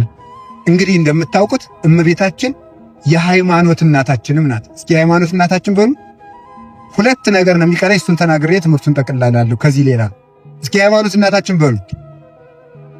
እናታችን ቅድስት ድንግል ማርያም የምን እናታችን ናት? የሃይማኖት እናታችን ናት። በደንብ አስታውሉ። ሔዋን፣ አሁንም ከሔዋን እነሳለሁ፣ ግን ሔዋንን እየወቀስኳት ይመስላችኋል? አይደለም፣ አይደለም። እሷ እናቴ ዛሬ ጸድቃ ብርሃን ለብሳ ያለች ሰው ማን ይወቅሳታል? ቅዱስ አትናቴዎስ አይ ሔዋን እንዲሁ ምን አደረግንሽ አለ። ምን ተረሰይናኪ ኦ ሔዋን፣ ምን ተረሰይናከ ኦ አዳም፣ ለምንድን ነው ይህን መርገም ያመጣችሁብን አለ። ግን ኦሪት እናት አባቱን የረገመ ርጉም ይሁን ይላልና እናንተን ልንወቅስ አይገባም። በዚያውስ ላይ ደግሞ እናንተስ ድናችኋል፣ ለእኛ ያብጅልን እንጂ ብሎ ተናግሯል። አዝኗል፣ ተክዟል። ኋላ ግን አመስግኗቸዋል። የሞኝ ሰባኪ የወቀሳ መጀመሪያው አዳምና ሔዋንን መውቀስ። አዳም እንዲያርጎ ነው የሚለው። እውነት ሰባኪ ስብከት ሲጠፋው ሩጦ አዳም ነው የሚደርስ። እውነቴን ነው እነግራችኋለሁ። ግን ነገረ ድነት ሲነሳ መነሻው እንደዚያ ስለሆነ እንጂ መውቀስ አይገባም። የአዳም እንባ እኮ ነው ማርያምን ያበቀለ። ሔዋን እኮ አልቅሳ እኮ ነው እሷን ያበቀለችል። አባ ጊዮርጊስን የመሰለ ደግሞ አይናማ ሲገኝ፣ አይን ማለት በጎ በጎውን የሚያይ ነው ማምላክን ጠማማ ጠማማ አይደል። አባ ጊዮርጊስ ደግሞ ሔዋን እንኳን በለስን ቆረጥሽልን እናቴ፣ አዳም እንኳን በለስን ቆርጠ በላ፣ እናንተ በለስን ባትበሉ ማርያምን የት እናገኘን ነበር? እሷ ባትወለድስ ክርስቶስን የት እናየው ነበር? ኧረ እንኳን በላችሁ ይላል። እንኳን በሉ በሉ እንጂ ማምላክን በሉ እንኳን በሉ በሉ። አዛኘን እመቤታችን ከምትቀርብ እንኳን በሉ። ይችን ብሪት ሀገር ይቺ ፀሐይ ከምትቀርብን፣ ይቺ የፍጥረት መሰላል ከምትቀርብን እኔ እመቤታችንን እንኳን በገሃድ አይተናት እንደው አንድ ቀን በህልማችን አይተናት በሞት እንዴት ያለች ውብ ናት! ፈጣሪ እንዴት አድርጎ ወደዳት! እንዴት ያለች መልከኛ ናት! መላእክት እኮ ሳስተውላታል። ለቅዱስ ሚካኤልና ለቅዱስ ገብርኤል ተመልከቱ፣ አዳምን ፈጥሬ የማድነው በዚች ነው ብሎ ከክንፋቸው ላይ ሳለለት ስለ ቢያሳየት ተመልከቱ። ከዚያ በኋላ ምን አለ በክንፉ ሲላ፣ ኧረ ቶሎ ፍጠራት ናፍቃናለች፣ ለኛም እህት እንድትሆነን በንጽህና እንድትመስል ቶሎ ፍጠርልን። ይኸው ሲደርስ ትፈጠር። ሚካኤል መልአክ በክንፉ ጾራ የተባለች በዚህ በክንፉ ጾሮ በዚህ ክንፋቸው ላይ ስሎ አሳይቷቸዋል። እና ገና ሳያገኟት ነበር፣ ሳትወለድ ነበር የሚወዷት። በዚህ ዓለም ላይ የእመቤታችን ፍቅር እንደ ውሃ የፈሰሰለት ሰው የታደለ ነው። አባ ጊዮርጊስ ስለዚህ ነው ፍቅርሽ እንደ ወይንና እንደ ውሃ በልቤ ውስጥ ተቀላቅሏል። ወይንና ውሃ ከተቀላቀለ በኋላ ይሄ ወይን ነው ይሄ ውሃ ነው ማለት አይቻልም። እኔን ከማርያም ፍቅር የሚለይቶ ማሳየት የሚችል የለም ይላል። ቢታርጎ ቢወዳድ ነው እናት እንዴት አድርጌ ላመስግንሽ ይሆናል? ምን ላድርግ? ጠጉሬ እንኳን አፍ አውጥቶ ቢዘምርልሽ አይበቃሽ ይላል። ስለዚህ ዝም ብዬ ቡርክት ልሻለሁ ይላል። ስሟ እግዚአብሔር እንዳከበረው የተመሰገነ ይሁን። የምን እናታችን ናት ያልኳችሁ? ሶስተኛ አቤት። ስለዚህ አባታችን አዳምና እናታችን ሔዋን የጎደላቸው ምንድን ነበረ? አይዟችሁ ምንድን ነበረ? ሃይማኖት። ምን የሚል እግዚአብሔር ይሄን በለስ ከበላችሁ ትሞታላችሁ የሚለውን ማመን ነበረባቸው። ነው እንዴ ብለው ጠረጠሩት። እሱን ጠርጥረው ወደቁ። እመቤታችን ደግሞ ተደርጎ የማይታወቀውን ነገር አመነች። እንዴት አድርገን? አንደኛ እግዚአብሔር ሰው ይሆናል ማለት በጣም ከባድ እኮ። ቆይ ከተወለደ በኋላ ሰው ማመን አቅቶት የለም እንዴ? አላያችሁ? ዛሬ ሰው እንዴት አምላክ ሰው ይሆናል? እንዴት ፈጣሪ የፍጡር ሥጋ ይለብሳል እያሉ አይደል? ሰዎች ከሆነ በኋላ ማመን ያቃታቸውን ድንግል ማርያም ሳይሆን አመነችው። እሺ በጎ ብላ ተቀበለችው። አንደኛ ፈጣሪ ሰው ይሆናል ብሎ ማመን ሳይደረግ ማመን ከባድ ነው። እንደምናስበው አይደል? ስንት ትምህርት ተምረንና ሆኖ እንኳን አልገባን ብሏል። ሁለተኛ ደግሞ ድንግል በድንግልና ትወልዳለች ብሎ ማመን ጭንቅ ነው። ሶስተኛ አብን አጽናይ መጽንዒ ወልድን ኃይል መንፈስ ቅዱስን እስትንፋስ አድርጋ ያመነች ደግሞ እሷ ነው። ስለዚህ ሥላሴን ያመነች ክርስቶስን ያመነች የእግዚአብሔርን መግቦትና ካህሊነት ያመነች እሷ ስለሆነች እመቤታችን የመጀመሪያይቱ የሐዲስ ኪዳን አማኝ ናት። በእውነቱ የመጀመሪያይቱ የሐዲስ ኪዳን መሪ፣ የብሉይ ኪዳን ፍጻሜ፣ የትንቢት መከር። ትንቢት አዝመራ ነበር ደርሶ ታጭዶ ተወቅቶ ህብስት ሆኖ ተጋግሮ የተጎረሰባት መሶብ እሷ ናት ማለት ከሷ ሲደርስ ነው ሁሉ የታወቀው። ስለዚህ ድንግል ማርያም እግዚአብሔርን የሸፈነች ሳትሆን እግዚአብሔር የተገለጠባት የሃይማኖት መስታወት ናት። እሷን የፈጠረ እግዚአብሔር ይመስገን፣ እግዚአብሔር ይመስገን። እግዚአብሔር ወልድ የአብ ልጅ ነው። እግዚአብሔር ወልድ የአብ ልጅ ነው በሉ። አብ ያለ እናት ወለደው በሉ። ማስረጃ ድንግል ማርያም ያለ አባት ወለደችው አትሉም እንዴ? ድንግል ማርያም በሉ ያለ ምን ወለደችው? ስለዚህ ድንግል ማርያም የሃይማኖት ማስረጃ ናት ማለት የሃይማኖት ማስረጃ ናት። ለዚህ ነው ቅዱስ ጎርጎርዮስ ገባሬ መንክራት ሲናገር ምን አለ መሰላችሁ? አቀበ ማኅተመ ድንግልና ከመ ትኩን መርኃይተ ለሃይማኖት አባይ። በድንግልና እንድትወልድ ያደረገው ለምንድን ነው ትሉኝ እንደሆነ አለ ለከባዲቱ የሃይማኖት ትምህርት ማስረጃ እንድትሆን። ከባዱ እንዴት ነው? አብ ዓለም ሳይፈጠር ያለ እናት ወለደው። ኬሬ ነገር ከባድ ነው። እንዴት ሊሆን ይችላል እንዳንል ሊሆን ለመቻሉማ ፍጡር ሁና እንኳን እሷ ያለ አባት ወልዳው ከሆነ ፈጣሪ ያለ እናት ወለደው ሲባል ለምን አታምንም ብለን በዚህ እንድንረታ ብቸኛይቱ የሃይማኖት ማስረጃ። ስለዚህ ሰው 24 ሰዓት ማርያም ማርያም ማርያም እመቤታችን እመቤታችን ወላዲተ አምላክ ሲል ውሎ ቢያድር ሃይማኖትን ይገልጣል እንጂ ሃይማኖትን አይሸፍንም። ሃይማኖታችን ያየንባት እመቤታችን ክብር ምስጋና ይግባ። ስለዚህ እመቤታችን የምን እናታችን ናት? ሃይማኖታችን የተገለጠባት፣ ጣዖታትን የጣልንባት፣ የረከሰባት፣ ጣዖታት የረገፉባት፣ የግብፅ ጣዖታት በሙሉ እርግፍ ያሉባት። እንዲህ አለ ኢሳይያስ ወይወርድ እግዚእነ ተጽዕኖ በደመና ቀሊል፣ እግዚአብሔር በፈጣን ደመና ተጭኖ ወደ ግብፅ ይወርዳል። ከዚያሳ ወይደነግጹ፣ ከዚያ የግብፅ ጣዖታት ሁሉ ይደነግጣሉ።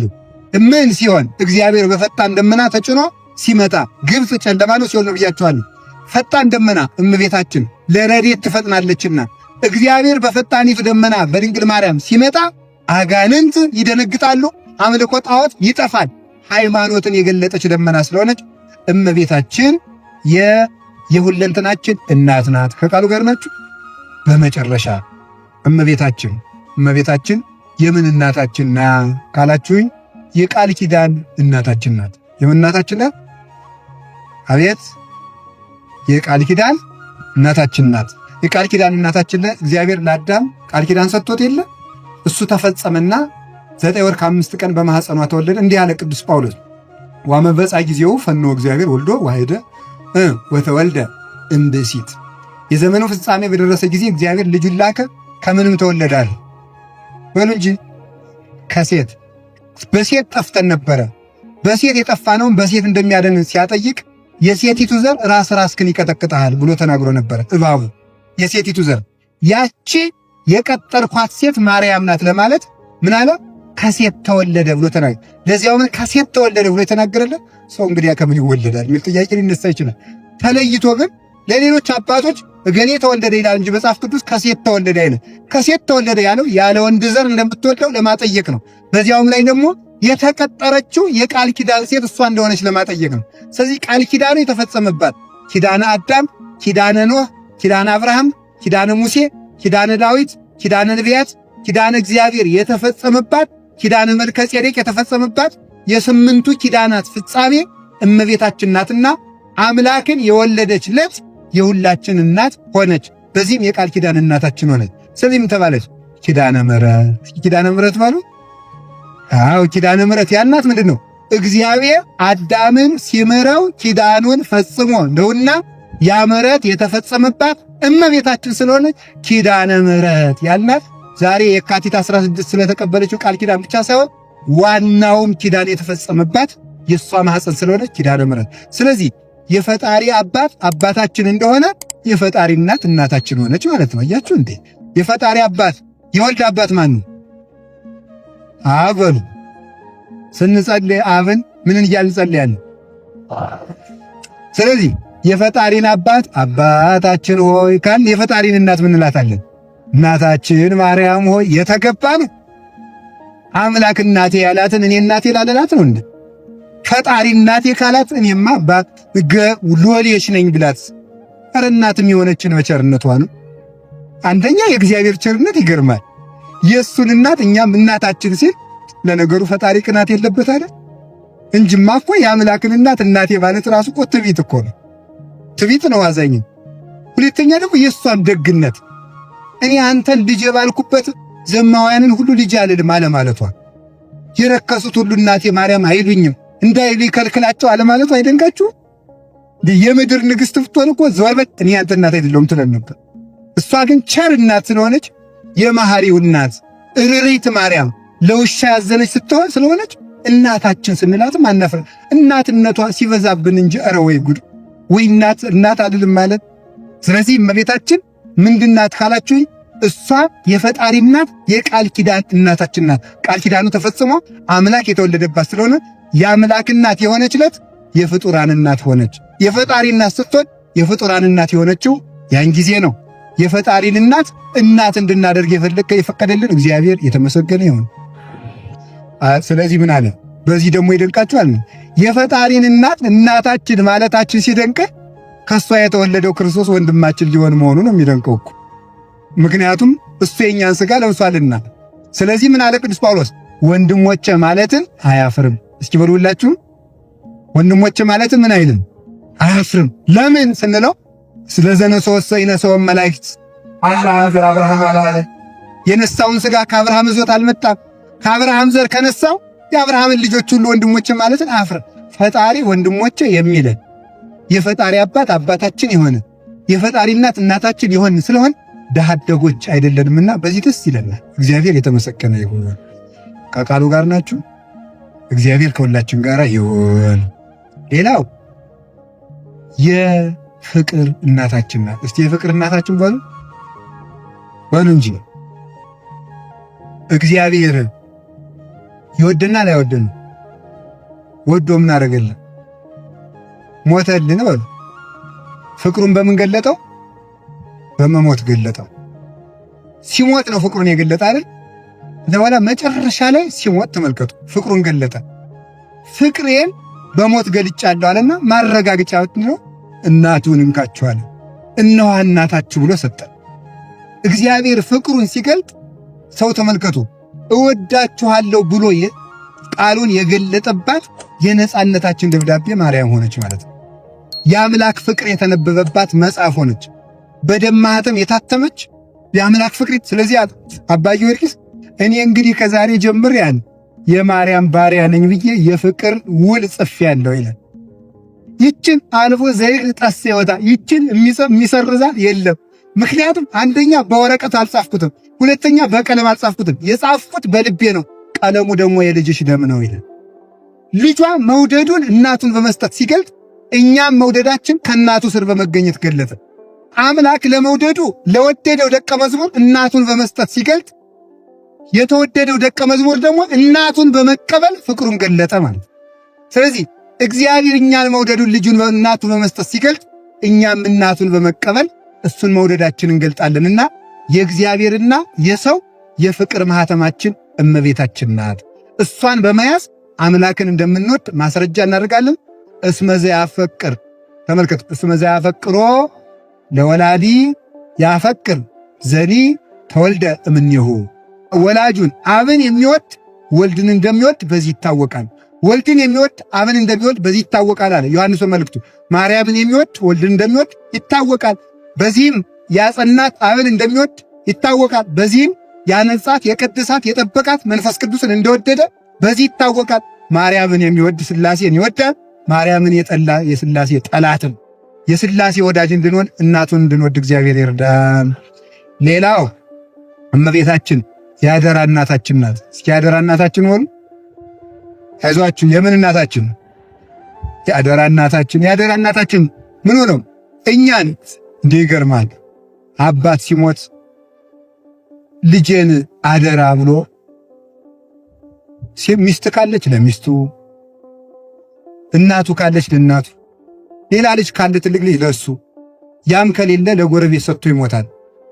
ጌታችን ኢየሱስ ክርስቶስ ሲሞት ለእናቱ አደራ ሰጥቶን ነው የሞተው። ስለዚህ ምን አለ? እነሆ ልጆችሽ ብሎ ሰጠ።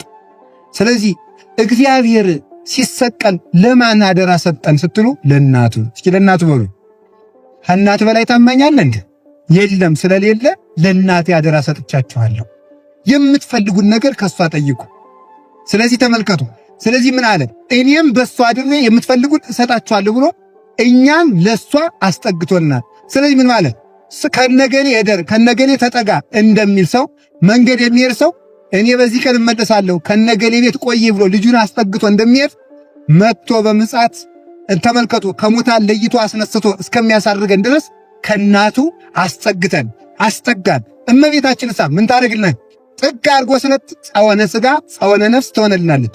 ማርያም ታይካ በምድር ወታይካ በሰማይ አለ ቅዱስ ያሬድ። ማርያም ይሉሃል ምንድናት ትለኝ እንደሆነ ማርያም ማለት የሰማይም የምድርም ጥግ ናት አለ። በምድር ከመከራ ትጠብቅሃለች፣ ስትሞት አጋንንትን ታርቅልሃለች፣ በሰማይ ደግሞ ከሲኦል መውረድ ትጠብቅሃለች። ስለዚህ ማርያም ማለት የሰማይም የምድርም ጥግ ናት። ስለሆነች ምን እንላታለን ሲላ እምነ ጽዮን ይብል ሰብአ ለቅዱስ ዳዊት። ሰው ሁሉ እናታችን ጽዮን ይላል። እስኪ በሉ ሁላችሁም ሰው ሁሉ ምን ይላልና እናታችን ጽዮን ይላል። አሁን ልጇ አደራ የሰጠን ለእናቱ ከሆነ ስለሆነ ሁላችንም አደራ ከተቀመጥንበት ቤት እንዳንጠፋ እግዚአብሔር ይርዳል። በዚህ ዘመን ክርስቶስ ሲመጣ መገኘት ያለብን አደራ አኖሮን ከሄደው ቤት ነው።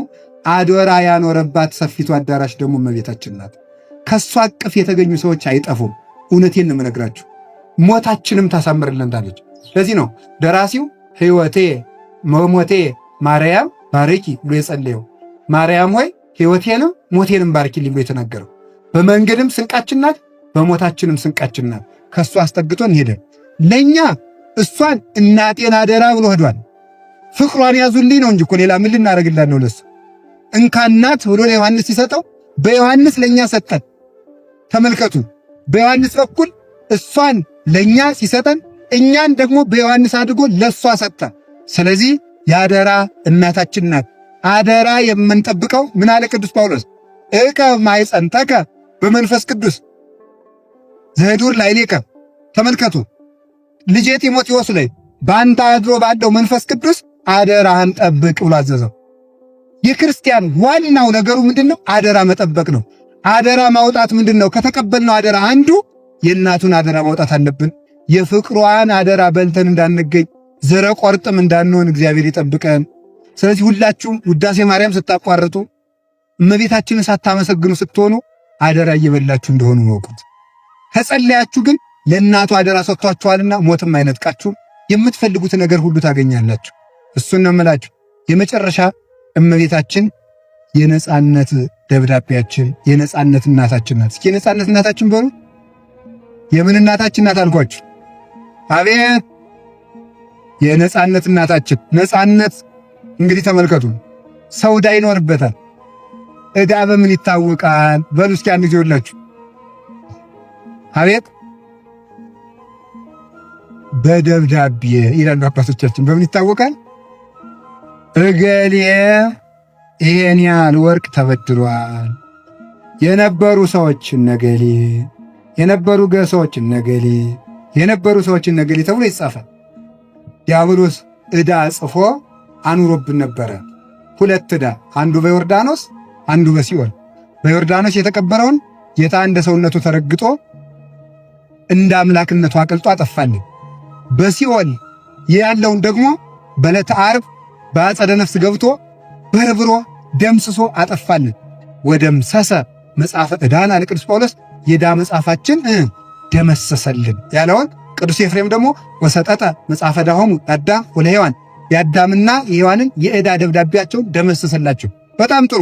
ዕዳችን በመስቀሉ ደም ተሰረዘልን ካልን ለመሰረዙ ደግሞ የደረሰኝ ደብዳቤ ይሰጠዋል ሰው በእውነቱ ማለት ነው። ከፍለሃል ተብሎ ዕዳችን ማን ከፈለ? ክርስቶስ። ለመከፈሉ ማስረጃ ሲባል አካላዊ ቃል በማኅፀኗ የተቀረጸባት እናቱን ደረሰኝ አድርጎ ሰጠን። መርገማችን ለማብቃቱ የተቀበልናት ከአምላክ የተቀበልናት የነጻነት ወረቀታችን እመቤታችን ነው።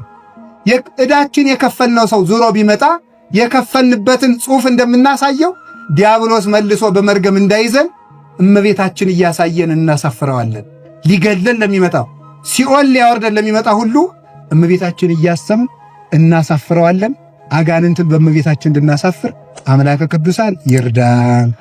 የፍቅር የአደራ የጸጋ የሃይማኖት የድነት እናታችን ስለሆነች ነበረ ካረፈ በኋላ ጌታ ካረገ በኋላ ዕለት ሌሊት ከመቃብሩ እየሄደች ደምህን የከፈልክለትን ሕዝብ አውሬ እንዳይበላው ማርልኝ እያለች ስታለቅስ ነበር።